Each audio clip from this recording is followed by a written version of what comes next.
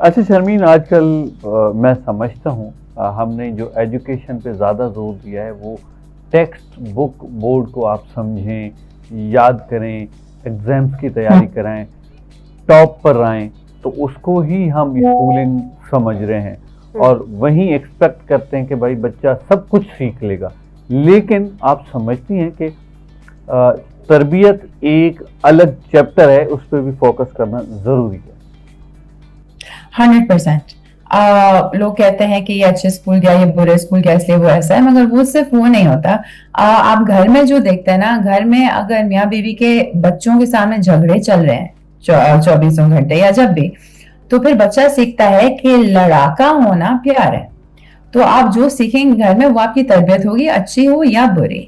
और फिर दूसरी चीज ये कि स्कूलिंग में जो है ना, जो पूरा स्कूलिंग सिस्टम है, वो सेटअप ही इसलिए हुआ है ताकि आपकी पढ़ाई पे, एकेडमिक लर्निंग पे काम हो, फिजिकल लर्निंग पे काम हो, तो स्पोर्ट्स जरूरी है, और सोशल लर्निंग पे कि दोस्तों के साथ वक्त गुजारना। अब हम क्या करते हैं, हम कहते हैं कि मार्क अच्छे नहीं आए, दोस्तों के साथ बाहर नहीं जा सकते, या कल से तुम्हारी क्रिकेट बंद है। तो हम अपने बच्चों की डेवलपमेंट ही वहां थोड़ी सी रोक रहे हैं। तो वो एक चीज है, और दूसरी चीज तरबियत घर पे होती है। जिस तरह हम लोगों का बर्ताव करेंगे, हमारे बच्चे भी हमें ही देख के सीखेंगे। सही। तो हमें लगता है कि हमारी तरबियत हो गई, हम बड़े हो गए, अब हमें जरूरत है हम उन चीजों से आगे निकल गए, बट दैट्स नॉट ट्रू। तरबियत सारी जिंदगी के लिए होती है। सही। शर्मीन अच्छा। साहिबा, मैं आपसे ज़रूर ये पूछना चाहूँगी, जैसे हम sister day, mother day, father day celebrate करते हैं और आज का दिन सेलिब्रेट किया जाता है पेरेंट्स रिस्पेक्ट डे। क्या रिस्पेक्ट को हम एक ही दिन में समेट सकते हैं? क्या एक ही दिन नाम दे सकते हैं कि पेरेंट्स की रिस्पेक्ट हर दिन क्यों ना की जाए? आप ठीक कह रहे हैं। अगेन जैसे एक बहुत कंट्रोवर्शियल टॉपिक है वैलेंटाइंस डे, जी। और फिर लोग कहते हैं कि सिर्फ एक दिन क्यों। तो उसी तरह के बच्चे तो सिर्फ चिल्ड्रंस डे पे नहीं होते, और माँ बाप भी सिर्फ पेरेंट्स डे पे नहीं होते।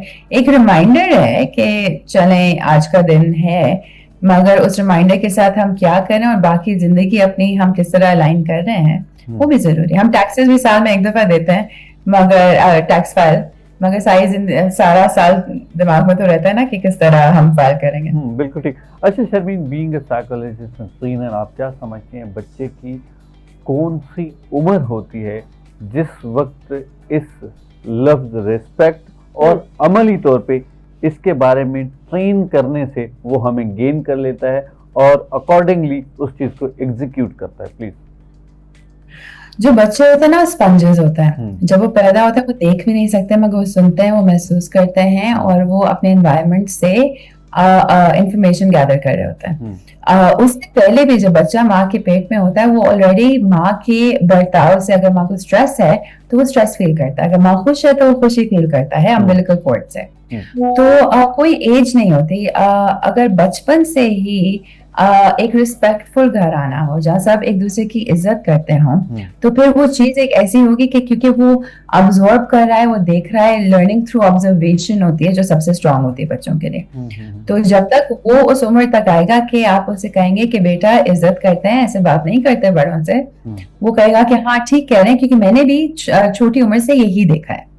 मगर अगर अचानक से एक दिन हम बोलेंगे बेटा तुम बड़े हो गए, सबकी इज्जत करो, और हमने कभी किसी की नहीं की, तो बच्चा कहेगा ये इज्जत होती क्या है, क्योंकि फिर वो सिर्फ एक लफ्ज बनकर रह जाएगा या एक एक्शन बन के रह जाएगा, वो अंदर दिल तक एक मॉरल कोड नहीं बनेगा उसके लिए। बिल्कुल ठीक।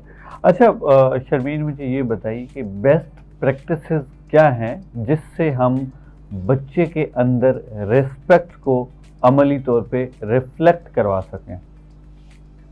रिफ्लेक्ट का क्या मतलब? आई मीन कि बच्चा सीख जाए। मिसाल के तौर पर आपने एक एग्जांपल ठीक दी है। कि घर पे आप रहते हैं, अगर आप अपने पेरेंट्स की इज्जत नहीं करेंगे तो बच्चा भी नहीं सीखेगा। आप इज्जत जी। से पेश आएंगे तो वो भी इज्जत से ही पेश आएंगे। मैं इसको थोड़ा सा क्लियर करता चलूँ आपकी इजाजत से कि बहुत सारे पेरेंट्स ऐसे हैं, बच्चों के को साथ लेकर जाते हैं किसी के घर पे, या उन्हीं के घर पे कोई मेहमान आते हैं तो पेरेंट्स बच्चों को सबके सामने डांट रहे होते हैं। जी। तो वो डिसरिस्पेक्ट। हाँ, तो इस बारे में आपका क्या ख्याल है कि किस तरह हमने एहसास दिलाना है बच्चे आपकी भी इज्जत है, इज्जत करनी भी है? जी 100%। और इसमें मैं एक चीज ऐड करूंगी कि एक आई थिंक हमारा माशरती आई थिंक आदत है हमारी कि हम डांटते सबके सामने हैं मगर तारीफ पीठ पीछे करते हैं। ठीक है, उसको हमें फ्लिप करना है कि अगर तारीफ करनी है लोगों के सामने करें, और लोगों के सामने दिखावे के लिए नहीं, अपने बच्चे के भी सामने करें जब और कोई नहीं सुन रहा, क्योंकि आपके बच्चे ने सुनना है कि आप उसके एफर्ट्स अप्रिशिएट करते हैं। और अगर डांटना है तो वो अकेले कमरे में जहाँ सिर्फ आप और वो। दूसरी चीज ये कि आपने मेहमानों की बात की, तो एक छोटी सी चीज होती है जो हम बहुत ज्यादा लोगों में देखते हैं कि बच्चा कहीं आता है ना तो हम ये कहते हैं बेटा सलाम करो। ठीक है, तो एक होता है कि मैंने खुद सलाम किया, और दूसरा होता है कि मैं बेटे को भी उसी के अंदर इन्वॉल्व करूं ताकि उसको पता हो कि वो एक्सेप्टेड नहीं है, ये सबके लिए ये रूल है। जिस तरह हम नमाज पढ़ते वक्त बच्चों को सिखाते हैं ना कि मैं नमाज पढ़ी हूँ, आप मेरे साथ खड़े हो जाओ, कि ये सिर्फ मेरे लिए रूल नहीं है, हम दोनों के लिए है। तो सलाम करो, अच्छा आपने आंटी से पूछा कि वो कैसी हैं, देखो उनको जुकाम हुआ या जो भी है। तो आहिस्ता आहिस्ता वो एक सोशल स्किल आप सिखा रहे हैं, जिस तरह आप डेमोन्स्ट्रेट भी कर रहे हैं क्योंकि आप भी कर रहे हैं और आप सिखा भी रहे हैं। और जब वो करते हैं तो फिर बाद में आके बताया वो आपने इतनी अच्छी तरह से आंटी से बात की, या दादा इतने खुश थे कि आपने उनके साथ इतना वक्त गुजारा, तुम कितने साबिर हो, तुम कितने बिकॉज बच्चों को भी पता होना चाहिए कि वो कौन सा स्किल सीख रहे हैं उस पॉइंट पे।